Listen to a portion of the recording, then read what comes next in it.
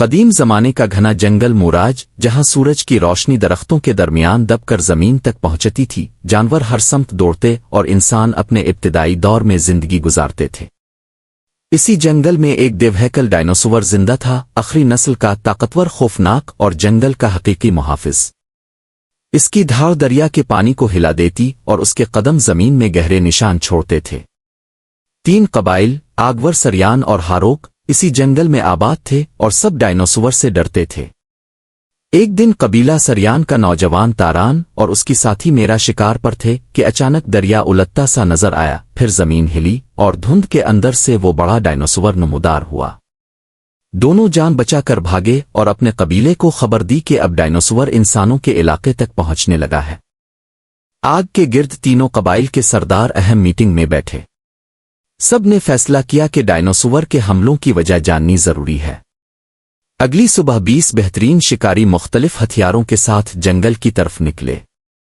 راستے میں ٹوٹے درخت، جلی مٹی اور ایک بڑا گرم انڈا ملا، جس سے پتہ چلا کہ ڈائنوسور نسل بڑھانے والا ہے اور سخت محافظ موڈ میں ہے۔ اچانک زمین لرز اور ڈائنوسور حملہ آور ہو گیا۔ آگور قبیلے کے لوگ آگ والے نیزے پھینکتے مگر کوئی خاص اثر نہ ہوا۔ ہاروک قبیلے کے مضبوط جنگجو بھی اس کی دم کے وار سے زمین پر جا گرے۔ آخر کار تاران نے سب کو پیچھے ہٹنے کا حکم دیا۔ اس رات سریان قبیلے کے بزرگ نے پتھر کی تحریروں میں سچ دریافت کیا کہ ڈائنوسور دراصل جنگل کا محافظ ہے، اور جب انسان درخت بہت زیادہ کاٹتے یا آگ جلاتے ہیں تو وہ بیدار ہو کر حملے کرتا ہے۔ حقیقت سامنے آئی، خطرہ انسان تھے، ڈائنوسور نہیں۔ قبائل نے جنگل میں درخت لگانا، آگ کم جلانا اور ماحول سنوارنا شروع کر دیا۔ کچھ دن تک ڈائنوسور خاموشی سے دور کھڑا انہیں دیکھتا رہا مگر حملہ نہیں کیا۔ لیکن ایک رات ہاروک قبیلے کے کچھ نوجوانوں نے بے وقوفی میں ڈائنوسور کا انڈا چرایا۔ اس حرکت نے ڈائنوسور کو غصے سے پاگل کر دیا۔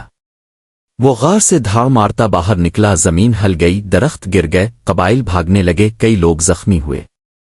اب حالات انسانوں کے قابو سے باہر تھے۔ تاران نے تینوں قبائل کو جمع کر کے کہا کہ اگر ڈائنوسور کو نہ روکا گیا تو پوری وادی تباہ ہو جائے گی۔ آخر ایک نیا منصوبہ بنایا گیا۔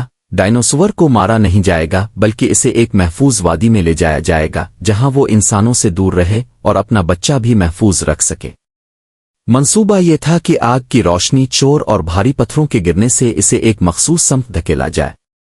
اگلی صبح قبائل نے پہاڑیوں پر مشلیں جلائیں، ڈھالوں سے شور مچایا اور ڈائنوسور کو آہستہ آہستہ اس چھپی ہوئی وادی کی طرف دھکیلنا شروع کیا۔ ڈائنوسور غصے میں آپے سے باہر درخت توڑتا دھاڑتا اور شکاریوں کا پیچھا کرتا آگے بڑھتا گیا۔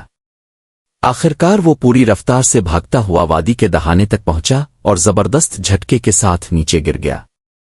وادی بہت بڑی تھی، پانی، دھند اور وسیع جگہوں سے بھری ہوئی، ڈائنوسور کے رہنے کے لیے بہترین۔ وہ زخمی نہیں ہوا، بس حیران کھڑا قبائل کی طرف دیکھتا رہا، پھر آہستہ سے سر جھکا لیا، جیسے سمجھ گیا ہو کہ انسان اسے نقصان نہیں پہنچانا چاہتے۔ قبائل نے جنگل کے ساتھ امن کا معاہدہ کر لیا۔ برسوں بعد اسی وادی میں وہی انڈا ٹوٹا اور ایک ننھا ڈائنوسور پیدا ہوا، اور جنگل نے ایک نئی زندگی شروع کی۔